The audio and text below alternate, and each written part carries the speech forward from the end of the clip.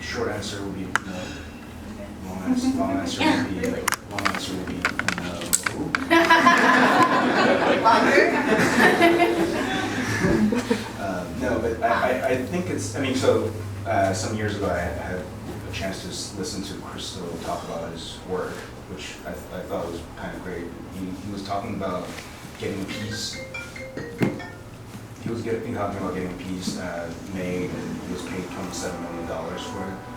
He decided to put 26 back in for the next project. And so if I did sell, that's how I probably would operate. Spoken like a true architect. Except usually they make $26 and put 28 back in the next one. Maybe that's where my math is so bad. Actually, I think it's architect math. Well, I wanted to maybe to go back to a different thing that you started the conversation off in this quotation, this artist statement, and the faces. Everywhere I live, I see your face. It sounds like a pop song. Yeah. So obviously we have to get to the pop thing sooner or later. But it did also. There are no facades here. So why is everything drawn principally in plan? Right. No, it's true. Everything's drawn principally in plan. Partially because I think, we were talking about Bart Simpson the other night when I was here. I felt like this was the Bart Simpson punishment. I will never draw a column again, but, by drawing a lot of columns. So in a way, I think that's an exercise in itself. From doing a lot of this, I think I got a little better at judging distances of how things would work or not work. But at the same time, I guess plan has this idea of rational reading, but at the same time ambiguous, because we can't really make out exactly what we're looking at. And that's something that's attractive to me. I want to make sure that very little things are clearly, something.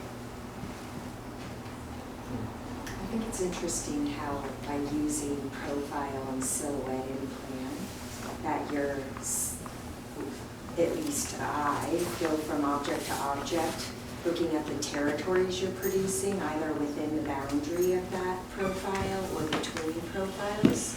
And so what's, I think, really mesmerizing about it is it will move from a territory of incredible flatness, because you're just looking at the flat white plane between objects or within objects, but then suddenly it'll bloom into a three-dimensional, that must be the kind of cloud-like conditions, especially on the ceiling, but also buried in other places. Yeah. And so you're making the wall present as a flat surface, but then dematerializing it into the kind of void around which, or around that encompasses these objects. So I like that flip between thick and flat that happens as you move from one region to another.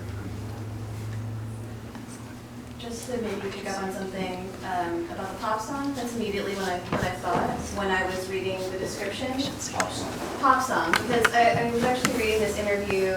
I sort of did my homework, so I had no idea what to expect. Where somebody compared your statement to poetry, which I didn't get that at all. Oh, really? Okay. And I immediately thought it's more like a song, like you have a merch table out in the front, where you're selling like T-shirts and bags and posters, and then you have these sort of like personal lyrics. So that to me is really interesting in this sort of idea of playing and how you're playing. You're sort of working something out through a certain type of play that maybe I want to touch on, as opposed to maybe some architectural examples that we can think of, like Olive and Ike and his playgrounds that were about something social, something way more public and, yeah, culturally resistant.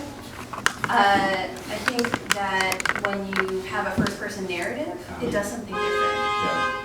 Could you maybe talk about that? Sure. I mean, I don't know, like, not well, in the crowd here, like in the 1980s, Mike Myers played this character, Simon.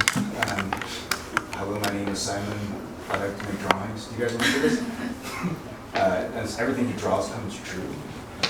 And so at the same time, around the same time, you know, Take On Me, the video. Oh yeah. Yeah. And then much later, you know, and Andrew and I went to a concert a few years ago. The Encore, you know, the Encore, I think is a group that also does drawings of the room. And yeah, so as far as, you know, pop, or something that's pleasant or easily consumable, like that's something that, yeah, these are things I was thinking about maybe. But it's, so maybe I could ask in another way. Okay. Is that, are you resisting anything with this sort of idea of play? I don't think so. Okay. And that's why I think that the way that you wrote the description is interesting, because it really reads like a song. It's, you know, more sort of on the, I guess. Affirmative. Yeah. Well,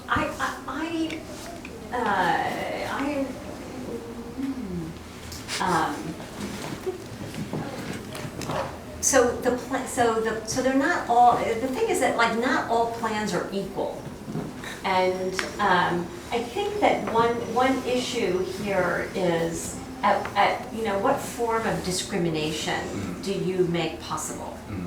So you know, celebrating ambiguity is one thing, obfuscating difference is another, let's say, right? So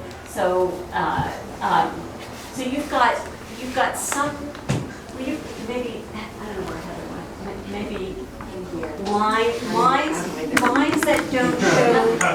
lines that don't show walls. Is that what you were calling a silhouette? Like, so I'm trying to understand the difference between a plan drawn as a line and there are plans drawn that somehow suggest wall thickness, for example. And then it goes, what was the name of that, like Max, was that the guy that, the cartoonist? Yeah. Peter Max. Peter Max. So there's like the Peter Max where the line gets, you know, like Sergeant Pepperized, right? So there is a kind of Sergeant Pepper universe in here, which is all, you know, with, you think of the, isn't that also the one, oh no, that's Yellow Submarine with the coming up the holes in the bottom and poking in and out. So there's definitely a kind of cartoon film, that whole sort of thing. But that seems very complexly to be negotiated with the idea of a plan, not because of the rationalism of the plan particularly, but two things. One, because a plan has tended to be understood as a form, as a device for organizing bodies in space. So the minute you start tilting them up and abstracting them from the social world, they seem